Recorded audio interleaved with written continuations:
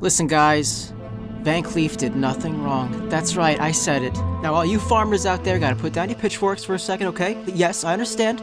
He did a couple things that were kind of uncool, alright? No one's saying it didn't happen, like in Westfall. Should he have pillaged those farms? I don't know, I wasn't there. Probably not, but I don't know, okay? But what I'm saying is that somebody needs to counteract this Stormwind propaganda because it's getting out of control. Let's just set the stage here, okay? The first war begins with the dark portal opening and the orcs invade Azeroth. And then they attack Stormwind. And what the fuck, get this, they capture the city and they destroy it. But then, during the second war, the humans rally back and take the city back. But guess what? It's still fucked up, so they need somebody to fix the city. Who can we get to fix the city? Well, there's a couple of guys that just finished building Netherguard Keep out in the Blasted Lands, a nice new keep to help defend the Dark Portal if any horrible things were to happen again, and they did a bang-up job. And what do they call them? They call them the Stonemasons Guild, led by yours truly, Edwin Vancleef. So it's really a no-brainer. They hired these guys, give them a lucrative contract to restore the city of Stormwind, but it turns out to be such a huge endeavor that not only did the Stonemasons Guild come through, but a lot of people end up joining the Stonemasons Guild from cities like Lordaeron. Now, when you're relocating your family across an entire continent, it can be pretty expensive. However, when you've got a nice cushy job set up and a lucrative contract and probably a nice career with the Stonemasons Guild after, it's not really a big deal. But they're so fucked that they have no idea. So they go and they start the job, takes a few months, but they're hard at work, and they do a pretty sweet job. I mean, have you seen Stormwind? Looks pretty dope. So after the whole contract is complete, Edwin goes to the House of Nobles requesting payment, and he says, hey guys, you know, everything's all done, good to go, place looks great. I was wondering about that payment you promised me. And they say, whoa, hey Edwin, what's going on? Yeah, okay, so we were talking, you know, me and the nobles and I, and we were just thinking, you know, about the payment. We're not gonna give you the money, okay? And in fact, matter of fact, could you also disband the guild, you know? And don't freak out about it either. Don't freak out. Like, if you were maybe thinking of forming some sort of, I don't know, fraternity or like a collective or like a brotherhood maybe of guys devoted to making our lives difficult, if you could just not do that, that'd be great. Thanks, Edwin. So naturally, Vancleef isn't super stoked about this response, and after the whole meeting, there are conflicting reports that come out, and some people are saying that Vancleef actually asked for more money, and the nobles are apparently refusing to pay the base amount, according to Vancleef.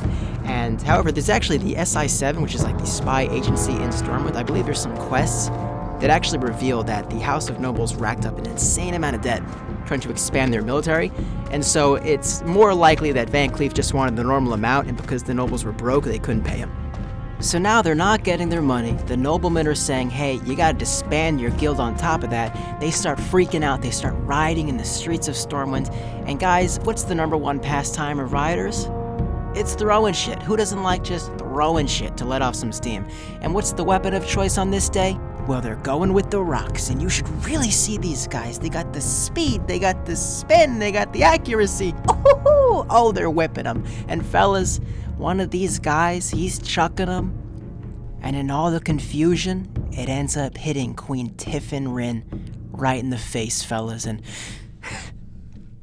she doesn't make it.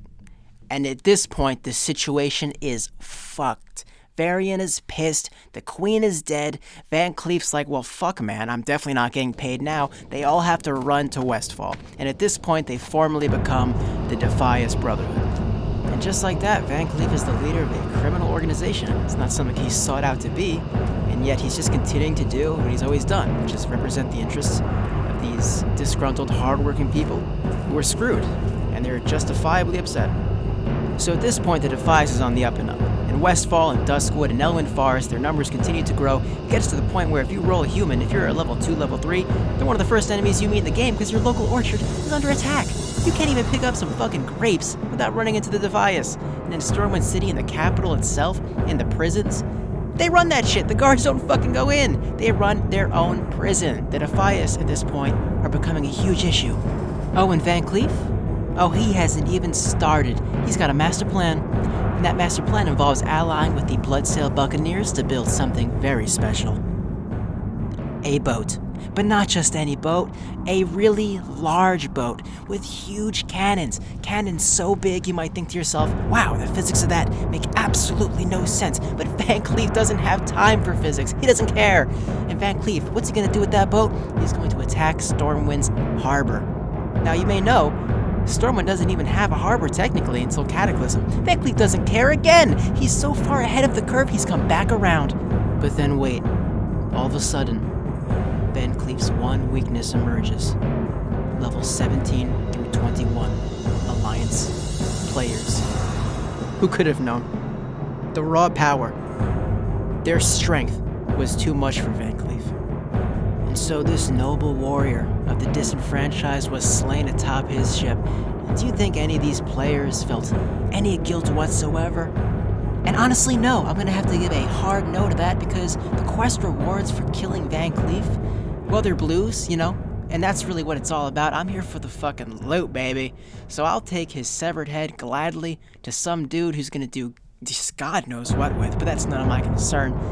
But in all seriousness, the moral of the story here is that if you owe somebody money, guys, just pay them, because they might try and fuck you in your harbor, and no one's got time for that.